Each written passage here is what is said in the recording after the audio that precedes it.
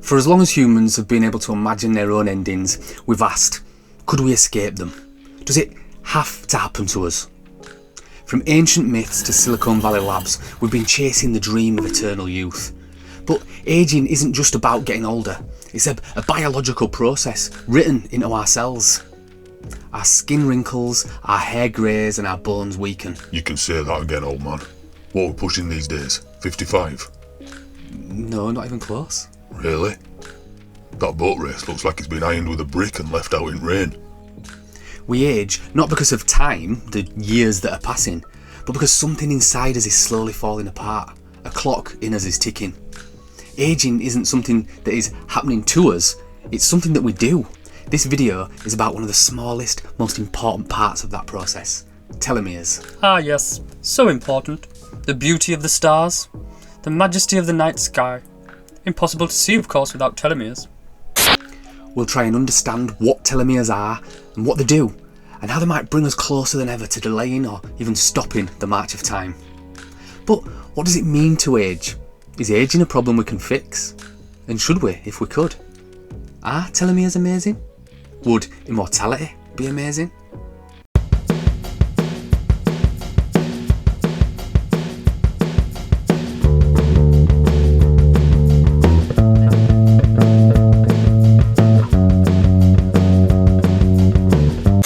The world is an amazing place.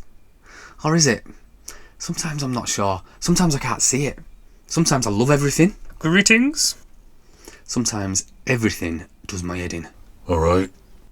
So I'm on a mission to find the amazing in the world, and myself, and to be amazing whatever. Inside every cell in your body is a nucleus, and inside that nucleus is DNA, a long molecule that contains the instructions for how to build and operate you. DNA is made of 4 chemical bases, building blocks: adenine, thymine, cytosine and guanine, letters A, T, C, G. Building blocks that clip together in different combinations. The order of those letters tells your body how to make everything, from your skin and eye colour to the enzymes that digest your food, everything. But DNA isn't just floating around freely. This long strand of DNA is tightly packed into structures called chromosomes. Did not understand a word of what you've just been on about. Are you trying to grow an audience or just bore people to death? You're right, some of that is dull. Well, I've actually got another little mate that might be able to explain the science a little bit better. Now then, Ticky, how we doing, mate? Hey up, lad. Nice to see you. Welcome to Control Room at Cell. I've been here longer than I can remember. Some folk think the body runs itself. No, not quite. What's it called? Pricky? Ticky. Ticky, can you give us a bit of an idea of how things work in there? Hi lad, this here is DNA. Can't just leave this hanging around though. Important stuff this. A recipe. Blueprint for life itself. So we keep them in special boxes we call chromosomes. And they all have designs for different jobs in them. 46 of these beauties in each cell.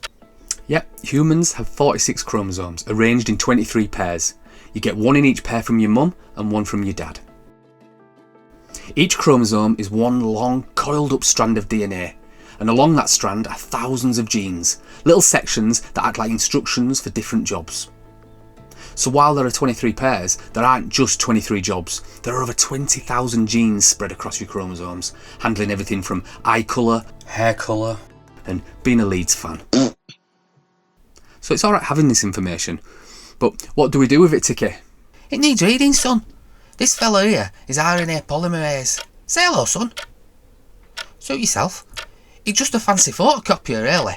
Makes a copy of a bit of it and takes those instructions down to the shop floor. You wouldn't want to take all instructions down, would you? Just the bits we need. We take these instructions down to the ribosomes to make whatever tools or bits and bobs it says. Whatever we need, really. Good, hard-working lads, them ribosomes. So, RNA polymerase makes a copy of a specific section of DNA, just the part we need at that moment, and it turns it into something called messenger RNA, or mRNA.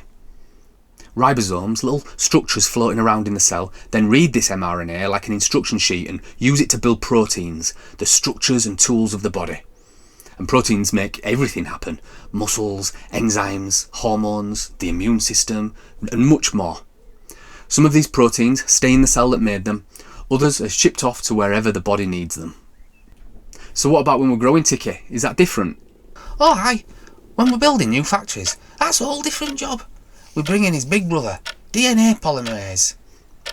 He don't just make notes from DNA, he makes a whole new copy, end to end. Every time your body grows, repairs or heals, your cells divide. This process is called cell division or mitosis. Do you know where I keep mitosis? What? On the end of my fetuses. Mitosis happens constantly, in your skin, your gut, your blood, everywhere. Before a cell can divide, it has to copy its entire DNA, so each new cell has the full set of instructions. I'm doing a video about telomeres, Tiki. How do they come into it? Well, DNA polymerase, he's a good lad, bless him, but every time he makes a copy at DNA, he loses the first and last page at pile. So, to help him out, we put a stack of pages on front and a stack of pages on back that we can afford to lose with no bother. We call them extra pages telomeres. Telomeres are repetitive sections of DNA found at the very ends of your chromosomes. Most people liken telomeres to those protective ends on shoelaces, the little plastic things, aglets. Oh, those cute little aglets. Not as cute when they grow into full-grown eggs, of course. The telomere part of the code doesn't code for anything. Its job is purely protective and can afford to be lost. Because of the way that DNA is replicated in cell division, a little bit from the end is lost every time. So when this happens, a little bit of the telomere gets trimmed away instead of the important genes. But what happens when you run out of those protective pages, Tiki, when there's no telomeres left? I'm not going to lie to you, son, it's not good. We can't make any new factories, we can't make much of hope. We have to call it a day when that happens. Over time, as cells divide again and again, the telomeres get shorter and shorter. Eventually, they become too short to protect the DNA. At that point, the cell can no longer divide safely. It becomes senescent, which means it stops dividing, or it dies altogether. This shortening of telomeres, not being able to protect the DNA during cell division, and the resulting breakdown in safe cell division, is one of the fundamental reasons why we age.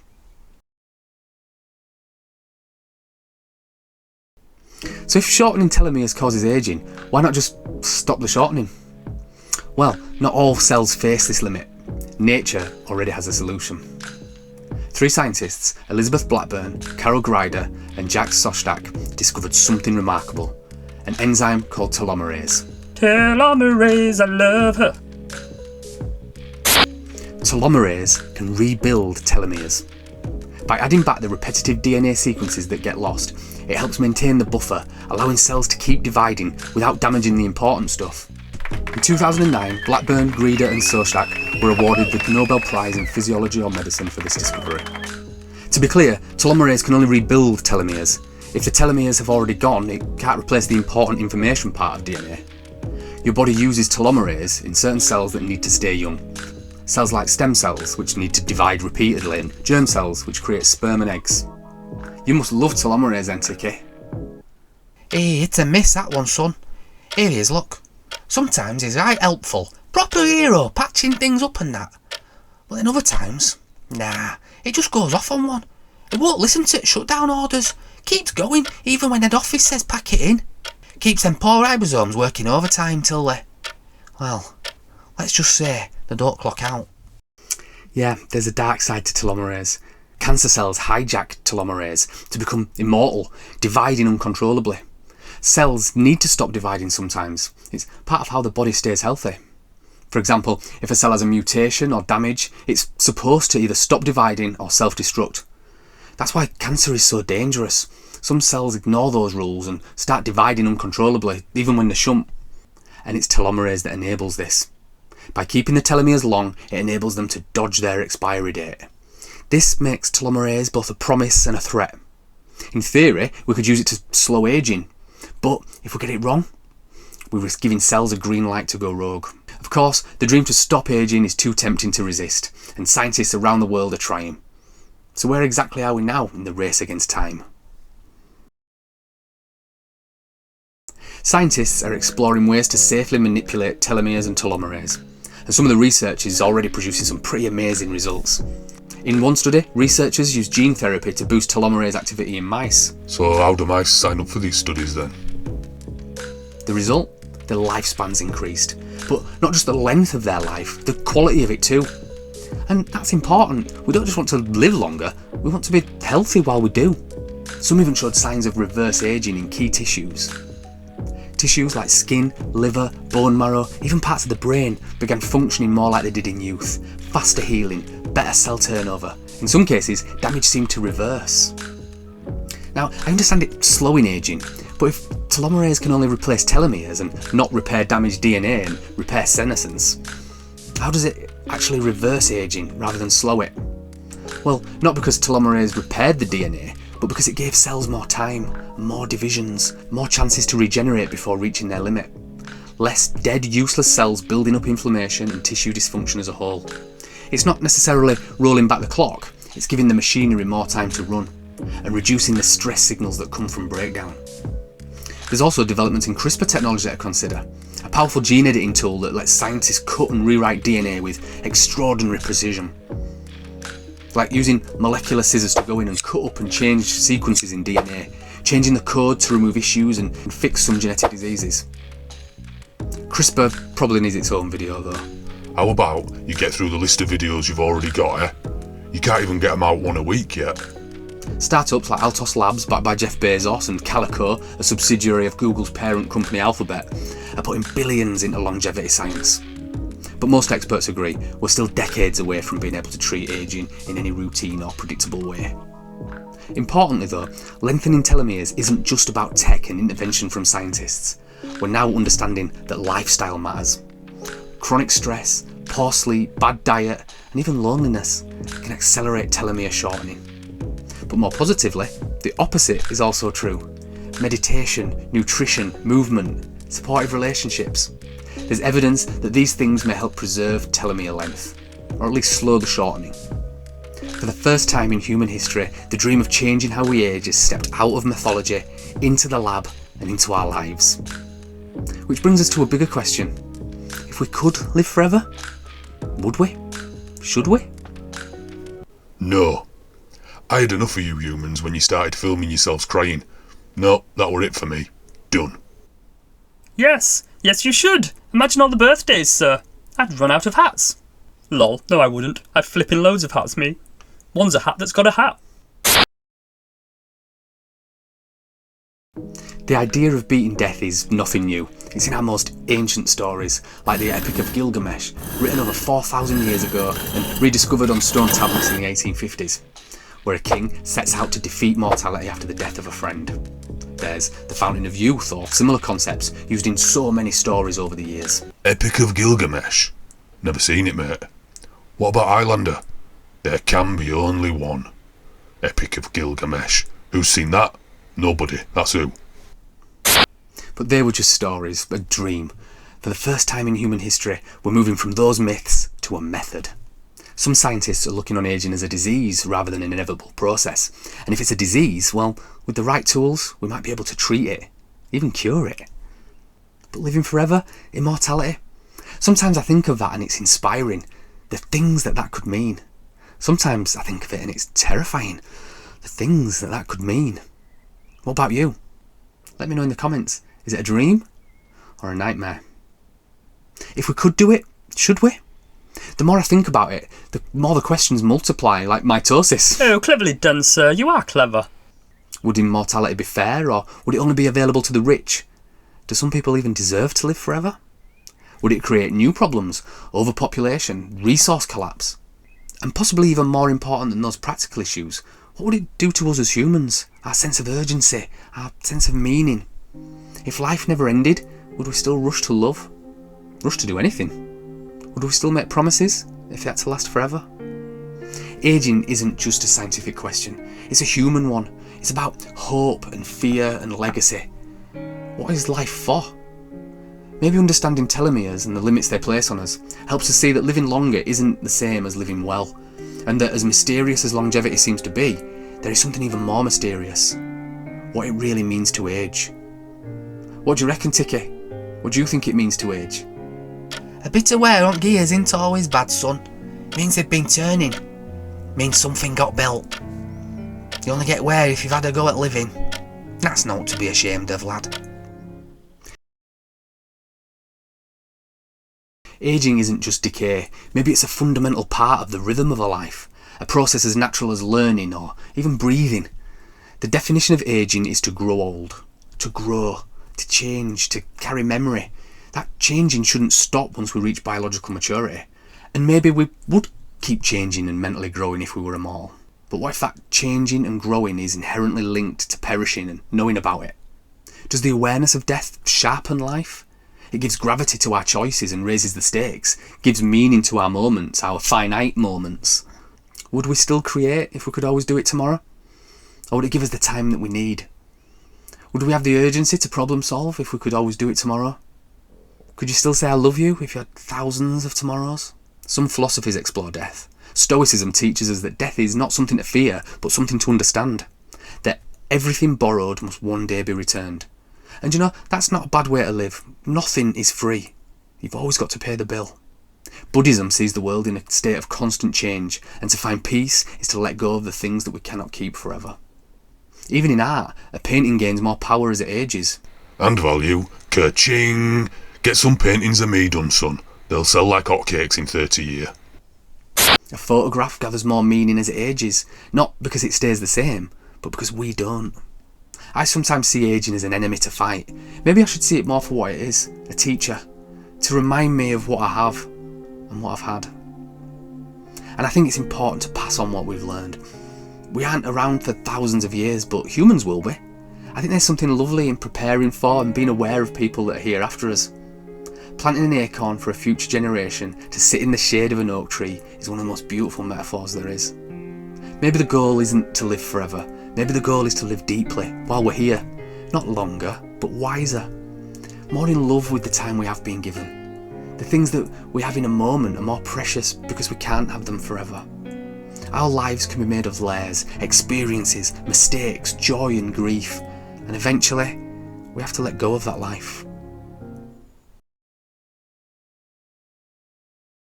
This dream of biological immortality may still be decades or even centuries away, if it's possible at all. But that doesn't mean we're powerless and have to accept ageing. We've spoken about the meaning of a finite existence, but as with most things, there is a middle ground. It isn't simply being immortal or living a short, poorly life. Who doesn't want more time to do the things we love, see grandkids grow up, see more seasons of Formula One? Could finally write my memoirs. Moody but magnificent. The tragic tale of a YouTube sidekick who deserved more. I'd love to learn to paint.